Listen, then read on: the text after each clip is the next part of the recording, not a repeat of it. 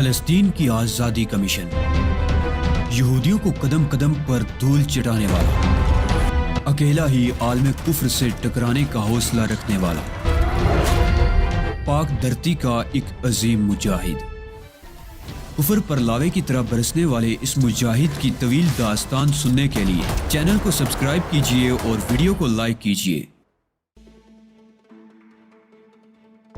ہاں، تمہاری قوم رات کے وقت میرا نام نہیں لیتی کیونکہ اس کے بعد اسے نیند نہیں آتی۔ میں نے جواب دیا، ویری گڈ، مجھ سے دوستی کر لو کیونکہ میری ماں یہودی نہیں تھی، وہ نسلاً آئرش اور پکی کرسچن تھی۔ اس نے مرتے وقت تک یہودی مذہب قبول نہیں کیا تھا۔ وہ آگے بڑھ کر ہاتھ میری طرف بڑھا کر بولی، تمہاری بلڈ رپورٹ دیکھے بغیر یہ ممکن نہیں ہے۔ میں نے جواب دیا، بلڈ رپورٹ؟ اس نے حیرانی سے پلکیں جھپکاتے ہوئے مجھے دیکھا۔ اگر اس میں یہودیت کے جراثیم ہوئے تو میرا ہاتھ گندا ہو جائے گا۔ میں نے کہا، او بیبی، ہر وقت کی فضولیات اچھی نہیں ہوتی، رنگ ماسٹر کو بلاؤ، کوتا کامت نے جھنجھلائے ہوئے انداز میں کہا، اور پھر خود ہی اٹھ کھڑا ہوا۔ اس کی چال بڑی مضحکہ خیز تھی۔ ہر 2 قدم چلنے کے بعد وہ پھدکتا ضرور تھا۔ پھر اس نے ایک دیوار کے قریب لگے بٹن پر انگلی رکھی، لیکن اسی وقت دروازے سے آواز سنائی دی، میں آ گیا ہوں موشے ہرموس، فکر مت کرو۔ او رنگ ماسٹر، اس جنگلی بلے کو سنبھالو، غرایا جا رہا ہے، موشے ہرموس نے کہا۔ میری گردن بھی گھوم گئی تھی۔ دروازے میں میرا قدیم دشمن اولیو ہاورڈ کھڑا مسکرا رہا تھا۔ اس کی مسکراہٹ کا انداز فاتحانہ تھا۔ میں خاموشی سے اسے دیکھنے لگا۔ پھر میں نے آہستہ سے کہا، تو یہ ہے تمہارا رنگ ماسٹر موشے ہرموس۔ میرے لہجے میں طنز تھا۔ یہ شخص بہت زیادہ دلیری کا مظاہرہ کر رہا ہے ہاورڈ، اور مسلسل میری توہین کیے جا رہا ہے، حالانکہ میں نے اس کا استقبال برے انداز میں نہیں کیا تھا۔ دلیر تو یہ ہے مسٹر ہرموس، اور جہاں تک اس کی باتوں کا تعلق ہے تو جو شخص زمانہ طالب علمی میں ایبرن ہال جیسی جگہ کھڑے ہو کر ہمیں برا بلا کہہ سکتا ہے، وہ بلا تمہارے سامنے کیسے خاموش رہے گا؟ نہیں موشے ہرموس، اس کی یہ باتیں تو تمہیں برداشت کرنا ہوں گی۔ کیوں بیبی، تمہارا کیا خیال ہے؟ اولیو ہاورڈ نے لڑکی کی طرف دیکھتے ہوئے کہا، میرا خیال ہے انکل ہاورڈ، آپ نے مجھے ایک ایسی شخصیت سے روشناس کرایا ہے جس نے چند ہی لمحے میں میرے دل میں گھر کر لیا ہے۔ مسٹر علی نے مجھ سے اس لیے ہاتھ نہیں ملایا کہ میرے خون میں یہودیت کے اثرات موجود ہیں۔ 2 بڑے آدمیوں کے سامنے اتنی بڑی بات کہنا معمولی آدمی کا کام نہیں ہے، اور مجھے غیر معمولی آدمیوں سے بے حد دلچسپی ہے۔ ہاورڈ، اس شخص سے کہو کہ دوستوں کی طرح گفتگو کرے، میں زیادہ سخت باتیں برداشت کرنے کا عادی نہیں ہوں۔ تب پھر تم کیسے اسرائیلی ہو موشے ہرموس؟ تم جانتے ہو دودھ دینے والی گائے اگر سینگ مارے تو انسان کو خوشی سے یہ چوٹ برداشت کر لینی چاہیے۔ ارے تم بیٹھو علی، کھڑے کیوں ہو؟ تمہاری جیسی شخصیت کا احترام کرنا بہت ضروری ہے، اور میں بہرحال ہر بڑائی کا اعتراف کر لیا کرتا ہوں۔ تم یقین کرو میرے دوست، اب تو تمہارے لیے پریشان رہنا پڑتا ہے کہ کہیں اپنے جذباتی پن میں تم کسی حادثے کا شکار نہ ہو جاؤ۔ تم جیسے دشمن ملتے کہاں ہیں؟ تمہارے دم سے تو دشمنی کا لطف قائم ہے۔ علی پلیز بیٹھ جاؤ۔ اولیو ہاورڈ نے ایک کرسی کی طرف اشارہ کیا، اور میں خاموشی سے کرسی پر بیٹھ گیا۔ اولیو ہاورڈ نے موشے ہرموس کو بھی بٹھا دیا، اور پھر خود اس کے نزدیک بیٹھ گیا۔ بہت دن کے بعد ہماری ملاقات ہو رہی ہے۔ در حقیقت موشے ہرموس تم سے پوری طرح واقف نہیں ہے علی، حالانکہ انہوں نے تمہارے بارے میں ہمیشہ دلچسپی کا اظہار کیا ہے اور میری تجاویز کو سراہا ہے، لیکن یہ کمزوری ہے ان کی، بلکہ شاید عمر کا تقاضا ہے کہ ہلکی پھلکی باتوں پر مشتعل ہو جاتے ہیں۔ نہیں موشے ہرموس، علی کی شخصیت کا احترام نہ کرنا ایک بددیانتی ہوگی۔ آپ اگر مجھ سے یہ پوچھیں کہ میرے لیے اس وقت دنیا میں کیا کیا پریشانیاں ہیں، تو میں سب سے پہلے یہی کہوں گا کہ میں اپنے دشمن کی زندگی کا خواہاں ہوں، کیونکہ اس نے مجھے دشمنی کا لطف دیا ہے۔ دوست دوستی کرتے ہیں، محبت کرتے ہیں، سراہا کرتے ہیں، مدد کرتے ہیں۔ دشمن دشمنی کرتا ہے اور ہمیشہ زندگی کے خوف کا شکار رکھتا ہے۔ اس طرح انسان کے اندر صلاحیتیں بیدار رہتی ہیں، اپنے دشمن سے محفوظ رہنے کا جذبہ پیدا ہوتا ہے۔ موشے ہرموس، شاید تم نے کسی سے دشمنی کی ہی نہیں۔ اس دشمنی میں جو مزہ ہے وہ دوستی میں نہیں۔ علی میرا بہترین دشمن ہے، اور مجھے یقین ہے کہ علی بھی یہی تصور میرے لیے ذہن میں رکھتا ہوگا۔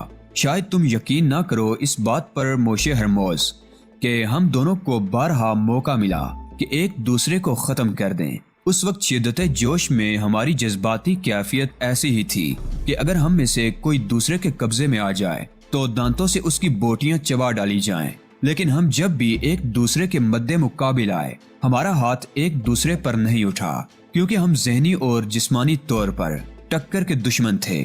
ہم نے یا کم از کم میں نے یہی سوچا کہ اگر علی میرے ہاتھوں ہلاک ہو گیا تو پھر اس جیسا شخص دوسرا نہیں ملے گا۔ ممکن ہے علی نے بھی میرے بارے میں یہی سوچا ہو۔ تمہاری تقریر کچھ زیادہ ہی طویل ہوتی جا رہی ہے ہاورڈ، میں نے اس کی بات کاٹتے ہوئے کہا۔ بہتر ہوگا کہ ہم صرف اپنے مطلب کی بات کریں۔ گڈ، اولیو ہاورڈ کے منہ سے نکلا۔ میں چاہتا تھا کہ اپنے اور تمہارے تعلق کے خصوصی سے مسٹر موشے ہرموس کو پوری طرح باخبر کر دوں، لیکن میرے پاس ان فضولیات کے لیے وقت بالکل نہیں ہے، میں نے دو ٹوک لہجے میں کہا۔ اولیو ہاورڈ چند لمحے میرے چہرے پر نظر جمائے مجھے دیکھتا رہا، پھر اس کے لبوں پر ایک شیطانی مسکراہٹ رقص کرنے لگی۔ اس کا انداز بالکل ایسا ہی تھا جیسے کوئی بہت با اختیار انسان ایک حقیر کیڑے کے سامنے موجود ہو۔ علی، وہ بولا، اب جب کہ میرے پاس تمہارے خلاف کچھ ایسے کارڈ ہیں جنہیں سامنے لا کر میں تمہیں ذہنی طور پر پریشان کر سکتا ہوں تو میں اس سے فائدہ اٹھانا چاہتا ہوں۔ میری بات سننے کے درمیان یہ نہ بھولنا کہ اس عمارت میں ہمارے علاوہ اور بھی لوگ موجود ہیں جو میرے ایک اشارے پر تمہارے خلاف حرکت میں آ سکتے ہیں، چنانچہ کسی ہنگامہ آرائی کا تصور بھی ذہن سے نکال دینا۔ ایک اچھے اور دلیر دشمن کی مانند میرے اور تمہارے درمیان کچھ گفتگو ہوگی، اس پر غور کرنا، سوچنا اور فیصلہ کر لینا۔ میں جانتا ہوں کہ شاید تم زندگی کے کسی بھی حصے میں اپنے مشن سے غداری نہیں کرو گے، لیکن اگر میں تمہیں مجبور کر کے تم سے کچھ کام لینا چاہوں تو یہ میرا حق ہے۔ جب بھی تمہیں موقع ملے میرے چنگل سے نجات پا لینا، لیکن فی الحال تمہارے لیے میری بات مان لینے کے سوا کوئی دوسرا راستہ نہیں ہے۔ میں محسوس کر رہا ہوں ہاورڈ کہ تم ذہنی طور پر بھٹکے ہوئے ہو، تمہیں خود بھی اندازہ نہیں کہ تم کیا کر رہے ہو اور کس سے مخاطب ہو۔ ابھی تم یہ کہہ سکتے ہو علی، کیونکہ تمہیں خود بھی معلوم نہیں ہے کہ میرا جال تمہارے گرد کس حد تک پھیل چکا ہے۔ بہتر ہوگا کہ پہلے پوری توجہ سے میری بات سن لو، اس کے بعد کوئی فیصلہ کرنے میں تمہیں بھی آسانی ہوگی اور میں بھی مزید درد سری سے بچ جاؤں گا۔ اولیو ہاورڈ جس انداز میں مجھ سے گفتگو کر رہا تھا اس نے اب مجھے سوچنے پر مجبور کر دیا تھا۔ اس کا پورا اعتماد انداز گفتگو میرے لیے تشویش کا باعث تھا۔ یقیناً اس خبیث یہودی کے شاطر ذہن نے میرے ارد گرد ایسے پھندے لگا دیے تھے جن کی بنیاد پر وہ اس وقت میرے سامنے بڑے بڑے دعوے کر رہا تھا، لہٰذا میں محتاط ہو گیا۔ میں نے اسے کہا، میں تمہاری بات سن رہا ہوں ہاورڈ، بہتر ہوگا اگر تم مختصر الفاظ میں اپنا مدعا بیان کر دو۔ تمہارے بارے میں سوچتے ہوئے مجھے بڑی عجیب و غریب کیفیات کا احساس ہوتا ہے، وہ بولا۔ میں سوچتا ہوں کہ جن لوگوں کے لیے تم نے اتنا کچھ کیا وہ تم سے سب کچھ چھینتے رہے۔ میرا خیال تھا لی کہ تہذیب مالکم ایکس کی موت کے بعد تمہارے نظریات تبدیل ہو جائیں گے، کیونکہ اپنا سب کچھ کھونے کے بعد تم نے ایک رفیق زندگی کو پایا تھا۔ میں نے خود بھی اکثر ان لائنوں پر سوچا تھا کہ تم سے تہذیب چھین لی جائے، لیکن فلسطینیوں نے اس سلسلے میں عمل بھی کر ڈالا اور بالآخر تمہاری محبوبہ کو موت کے گھاٹ اتار دیا۔ علی، اس کے بعد بھی اگر تم ان کے لیے دل میں نیک جذبات رکھتے ہو تو مجھے صرف اتنا بتا دو کہ تم کس مٹی کے بنے ہوئے ہو۔ میں خاموشی سے اولیو ہاورڈ کو دیکھتا رہا، ذہن میں بہت سے خیالات امڑ رہے تھے۔ وہ شاطر انسان تہذیب مالکم ایکس کے معاملے کو ابھی مخفی ہی رکھنا چاہتا تھا۔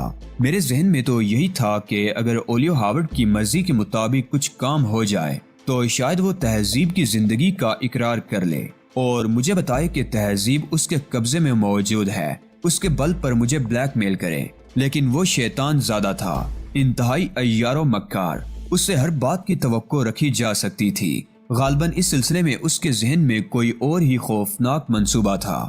میں بھی اس معاملے میں جلد بازی نہیں کرنا چاہتا تھا، مناسب موقع کا انتظار میرے لیے ضروری تھا۔ چنانچہ میں نے اس سے کہا، تہذیب کے معاملے کا تعلق میری اپنی ذات سے ہے اور تم جانتے ہو کہ میں اپنے مشن کی خاطر اپنا ہر ذاتی مفاد قربان کر چکا ہوں۔ اگر مجھے اپنی ذاتی خواہشات کی اتنی ہی پرواہ ہوتی تو پھر مجھے اس قدر سختیاں جھیلنے کی ضرورت ہی کیا تھی۔ لہٰذا اس معاملے کو نظر انداز کرتے ہوئے تم صرف وہی کچھ کہو جو کہنا چاہتے ہو۔ موشے ہرموس سے میں تمہارا تعارف کرا چکا تھا علی، لیکن یہ باتیں تمہارے سامنے کہنی بھی ضروری سمجھی تاکہ موشے ہرموس کو علم ہو جائے کہ میں نے کسی بھی سلسلے میں غلط بیانی نہیں کی، کیوں موشے ہرموس؟ میں نے جو کچھ علی کی غیر موجودگی میں تم سے کہا تھا کیا یہی سب نہیں تھا؟ بے شک تھا، لیکن اس شخص کے دل سے تم اسرائیل کے خلاف نفرت کیسے نکال سکو گے؟ موشے ہرموس نے بدستور ناخوشگوار لہجے میں کہا، کبھی نہیں نکال سکوں گا۔ ویسے علی گرے سٹون کے لیے یہ سب کچھ کرنے کا شکریہ۔ اب اس بات کا اعتراف کرتے ہوئے بھی مجھے کوئی ہچکچاہٹ نہیں ہے کہ تمہاری مدد کے بغیر ہم یہ کامیابی حاصل نہیں کر سکتے تھے۔ یہ کہتے ہوئے اس خبیث کے لبوں پر بڑی ہی طنزیہ مسکراہٹ پھیل گئی تھی۔ گرے سٹون موشے ہرموس کی ملکیت ہے اور موشے ہرموس نے اپنی تمام تر آمدنی کا 75% اسرائیل کے لیے وقف کر دیا ہے۔ سارڈان کی پہاڑیوں سے جو کچھ برآمد ہوگا اس کا 75% منافع حکومت اسرائیل کو دیا جائے گا۔ اسرائیلی حکومت تمہاری اس کاوش کے صلے میں تمام پرانی رنجشیں بلانے کے لیے تیار ہے اور موشے ہرموس بھی اس عظیم و شان قربانی پر بے حد خوش ہیں اور تمہاری سفارش کرتے ہیں۔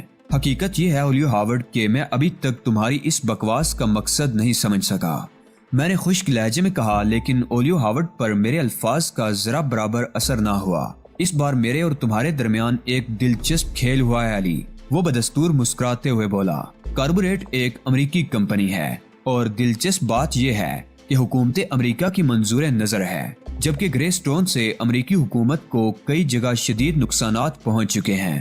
گرے سٹون ایک تنازع ہے امریکی حکومت اور اسرائیلی حکومت کے درمیان، چونکہ اس میں زیادہ تر روسی حکومت کے شیئرز ہیں اور خاص طور سے کیوبا کے مفادات گرے سٹون سے سب سے زیادہ وابستہ ہیں۔ اس لیے امریکی حکومت گرے سٹون کو ہمیشہ کڑی نگاہوں سے دیکھتی ہے۔ موشے ہرموس کا تعلق بھی امریکہ ہی سے ہے، لیکن وہ گرے سٹون کو نہایت ہوشیاری سے چلا رہے ہیں۔ اگر کاربوریٹ سارڈان کی پہاڑیوں میں کان کنی کا ٹھیکہ حاصل کرنے میں ناکام رہتی اور اس کی جگہ کوئی اور کمپنی کامیاب ہو جاتی تو شاید حکومت امریکہ کے لیے یہ بات اتنی اہم نہ ہوتی جتنی یہ کامیابی گرے سٹون کے حصے میں آنے کی وجہ سے ہوگی، اور صرف یہی ایک بات اسے مشتعل کرنے کا سبب نہیں بنے گی، بلکہ اس معاملے کو بھی نظر انداز نہیں کیا جائے گا کہ تمہاری ہی وجہ سے گوٹے ہل میں کاربوریٹ کمپنی کے تمام اثاثے ضبط کر کے اس پر مکمل پابندی لگا دی گئی ہے۔ میرا خیال ہے تمہیں صورتحال کا کسی حد تک اندازہ ہو چکا ہوگا۔ اس سلسلے کا سب سے دلچسپ پہلو یہ ہے علی کہ گرے سٹون کے لیے سارڈان کی پہاڑیوں میں کان کنی کا ٹھیکہ تمہارے نام سے دیا گیا ہے۔ گویا اگر اس سلسلے میں تم اپنے ذاتی اثر و رسوخ استعمال نہ کرتے تو شاید فیصلہ کاربوریٹ کے حق میں ہو جاتا۔ تمہاری کوششوں نے امریکی حکومت کو زبردست شکست سے دوچار کیا ہے، لہٰذا اس معاملے کو نظر انداز نہیں کیا جائے گا۔ تم پہلے بھی امریکی حکومت کے لیے درد سر بنے ہو اور ان کی بلیک لسٹ میں تمہارا نام سر فہرست رہا ہے۔ میرے بدن میں سنسنی سی ہونے لگی تھی۔ اولیو ہاورڈ جو کچھ کہہ رہا تھا وہ فوراً ہی میری سمجھ میں آ گیا تھا۔ جو حماقت مجھ سے ہوئی تھی اس کا شدید احساس اب مجھے ہو رہا تھا۔ اولیو ہاورڈ کی ابتدا ہی سے یہ خواہش تھی کہ مجھے میرے ملک کے خلاف استعمال کرے اور کوئی ایسا پوائنٹ حاصل کرے جس کے ذریعے میری ذات سے میرے وطن کو نقصان پہنچے۔ فلسطینی مسلمان تھے اور جذبہ اخوت اسلامی میرے دل میں شدید تر تھا، لیکن ان تمام باتوں کے باوجود وطن کی مٹی اور اہل وطن مجھے اپنی جان سے زیادہ عزیز تھے۔ میں نے تو خود کو جب بھی کبھی کسی سے روشناس کرایا تو اپنے وطن کا حوالہ دیا۔ میری اصل شناخت تو میرا پیارا وطن پاکستان ہی تھا۔ میں نے اس بات پر ہمیشہ فخر کیا، اور اگر میرے وطن کو میرے نام پر مورد الزام ٹھہرایا جائے اور اسے میرے حوالے سے کسی کارروائی کا ہدف بنایا جائے تو یہ میرے لیے ناقابل برداشت تھا۔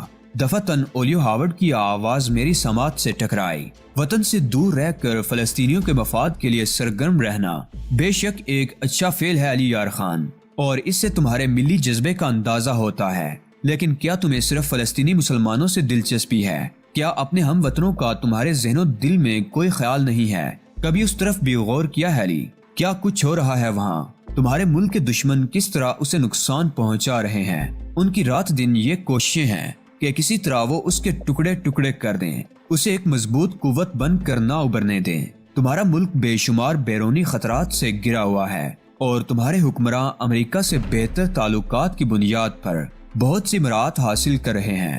OX طیاروں کا نظام، F-16 اور بے شمار ایسی دفاعی ضرورتیں امریکہ کے ذریعے پوری ہو رہی ہیں جو ملک کے لیے بے حد ضروری ہیں۔ ان حالات میں تمہاری اپنی شخصیت اگر اس انداز سے سامنے آئے کہ ایک پاکستانی باشندے نے امریکہ کو بین الاقوامی سطح پر شدید نقصانات پہنچائے اور اسرائیلی مفادات کے لیے کام کیا ہے، تو تمہارا کیا خیال ہے؟ کیا امریکی سینٹ میں تمہارے بارے میں چہمگوئیاں نہیں ہوں گی؟ کیا یہ سوال نہیں اٹھایا جائے گا کہ کاربوریٹ کو ایک عظیم خسارے سے دوچار کرنے والا علی یار خان ایک پاکستانی ہے اور حکومت پاکستان اس سلسلے میں کسی نہ کسی طور ذمہ دار ہے؟ تمہارے مخالف ملک کی امریکی لابی اس معاملے کو بڑھا چڑھا کر پیش کرے گی اور پاکستان کو دی جانے والی امریکی امداد کو رکوانے کی کوشش کرے گی۔ میرا خیال ہے میرے دوست، اس سے زیادہ اب تمہیں سمجھانا ضروری نہیں ہے۔ میں سکتے کسی عالم میں اولیو ہاورڈ کی صورت دیکھتا رہا۔ میں نے خود کو سنبھالا اور آہستہ سے بولا، اولیو ہاورڈ، بلا شبہ میرے اور تمہارے درمیان بدترین دشمنی کا رشتہ قائم ہے اور قائم رہے گا۔ تم نے اس بار جو داؤ کھیلا ہے اس نے مجھے چت کر دیا ہے۔ جہاں تک فلسطینیوں کے مفادات کے لیے کام کرنے کا معاملہ ہے، تم اس کا پس منظر جانتے ہو۔ میں نے جس لیے یہ کام شروع کیا تھا اس سلسلے میں اپنی ذمہ داریاں پوری کر دی ہیں، لیکن بہرحال میں اپنے وطن کے لیے کوئی دشواری پیدا کرنا نہیں چاہتا۔ یہ بتاؤ کہ میری اس حماقت کا ازالہ کس طرح ہو سکتا ہے؟ بہت نفیس اور سلجھا ہوا سوال ہے۔ جو کچھ تم کر چکے ہو اسرائیل کے خلاف، اس کا کفارہ ادا کرو علی، اولیو ہاورڈ نے کہا۔ کس طرح؟ میں نے کچھ جزبز ہوتے ہوئے کہا، اسرائیلی مفادات کے لیے اسی انداز میں کام کرو جس طرح تم فلسطینی مفادات کے لیے کام کرتے رہے ہو۔ بے شک میرے دل میں انتقام کی آگ بھڑک رہی ہے، لیکن اگر تم چاہو تو اس آگ کو سرد کر سکتے ہو۔ یہ کیسے ممکن ہے اولیو ہاورڈ؟ میں نے پریشان لہجے میں کہا، یہی ضروری ہے، میں صرف تلافی چاہتا ہوں، اور اس کا ذریعہ یہی ہے علی کہ اب تم اپنی حیثیت سے فائدہ اٹھا کر اسرائیل کے لیے کام کرو۔ حیثیت سے فائدہ اٹھا کر؟ میں نے سوال کیا۔ ہاں، میں جانتا ہوں کہ اگر تمہارے ہاتھوں کچھ کام بگڑ بھی جائیں تو کم از کم وہ لوگ یہ نہیں سوچ سکتے کہ تم نے جان بوجھ کر یہ کام بگاڑے ہیں۔ ابتدا تو اس انداز میں رہے، بعد میں اگر انہیں اندازہ ہو بھی جائے کہ تم نے اپنے راستے بدل دیے ہیں تو تمہیں ان کی فکر نہیں کرنی چاہیے، بلکہ تم اسرائیلی مفادات کے لیے اپنے فرائض انجام دیتے رہو گے۔ گویا تمہارا مطلب ہے کہ میں ان لوگوں کو دھوکہ دوں، ان سے اہم معلومات حاصل کر کے اسرائیل کے حوالے کر دوں، اور بعد میں جب انہیں معلوم ہو جائے کہ میں ان سے غداری کر چکا ہوں تو پھر کھلا کھلا تمہارے لیے کام کروں۔ بالکل سیدھی اور صاف سی بات ہے، اس میں نے کسی فریب سے کام نہیں لیا۔ مگر اولیو ہاورڈ، یہ کام میرے لیے جتنا مشکل ہے، کیا اس کا تمہیں اندازہ ہے؟ میں نے بے چارگی سے کہا، خوب اندازہ ہے، لیکن اس مشکل کام کے لیے تمہیں تیار کرنے پر جتنی مشکلات کا سامنا کرنا پڑا ہے اس کا تم خود بھی اندازہ لگا سکتے ہو علی۔ مقصد صرف یہی نہیں تھا کہ تم سے ملاقات کر کے تمہیں چھوڑ دیا جائے، بلکہ ہر قیمت پر تمہیں اس کام کے لیے تیار کرنا تھا۔ تب مجھے سوچنے کے لیے کچھ وقت درکار ہے۔ میں نے کہا، ہونا تو یہی چاہیے کہ میں تمہیں اس سلسلے میں ایک لمحے کا وقت بھی نہ دوں، لیکن میں نے کہا نا کہ تم میرے چہیتے دشمن ہو۔ سوچ لو، لیکن بہرحال فیصلہ ہمارے ہی حق میں ہونا چاہیے، کیونکہ یہ تمہاری بقا کے لیے بھی ضروری ہے۔ میں تمہیں اس درخواست پر مایوس نہیں کروں گا۔ کالموں کیمپوں میں رہو، یہاں سے باہر نکلنے کی کوشش مت کرنا، اپنا دائرہ محدود رکھو۔ زیادہ لوگوں سے ملاقات اس وقت تک مناسب نہیں ہے جب تک کہ تم ہمارے لیے کام کرنے پر آمادہ نہ ہو جاؤ اور ہم اپنا اطمینان نہ کر لیں کہ تم خلوص دل سے اس آمادگی کا اظہار کر رہے ہو۔ امید ہے کہ تم پابندی کا برا نہیں مانو گے۔ کالموں کیمپوں کی بہترین رہائش گاہیں اور سب سے بڑھ کر تمہاری پسندیدہ شخصیت جیولٹ تمہاری منتظر ہے۔ سوچنے کے دوران یہ تمام چیزیں تمہیں ذہنی شگفتگی فراہم کریں گی اور تمہیں فیصلہ کرنے میں آسانی ہوگی۔ کیوں موشے ہرموس، اس سلسلے میں آپ کی طرف سے تو کوئی اور تجویز نہیں ہے؟ نہیں رنگ ماسٹر، میرا خیال ہے شیر کو تم نے قابو میں کر لیا ہے، موشے ہرموس نے مسکراتے ہوئے کہا، اور اولیو ہاورڈ ہنسنے لگا۔ مجھے شدید توہین کا احساس ہو رہا تھا، لیکن فوری طور پر یہ سب کچھ برداشت کرنا تھا۔ جو حماقت نادانستگی میں کر بیٹھا تھا اس کی کچھ نہ کچھ ذات تو ہونی ہی چاہیے تھی۔ چنانچہ میں نے مفاہمانہ رویہ اختیار کیا تھا۔ اب تم چاہو تو جا سکتے ہو علی، یہاں تمہارے لیے گرے سٹون کی جانب سے وہ تمام سہولیات موجود ہوں گی جو کسی بڑی کمپنی کے ڈائریکٹر کو دی جا سکتی ہیں، لیکن اس کے ساتھ ہی 1000 آنکھیں تمہاری نگرانی بھی کریں گی اور تمہیں اس سلسلے میں محتاط رہنا ہوگا۔ اولیو ہاورڈ اپنی جگہ سے واپس پلٹا اور کمرے سے باہر نکل گیا، گویا اس کا کام یہاں ختم ہو گیا تھا۔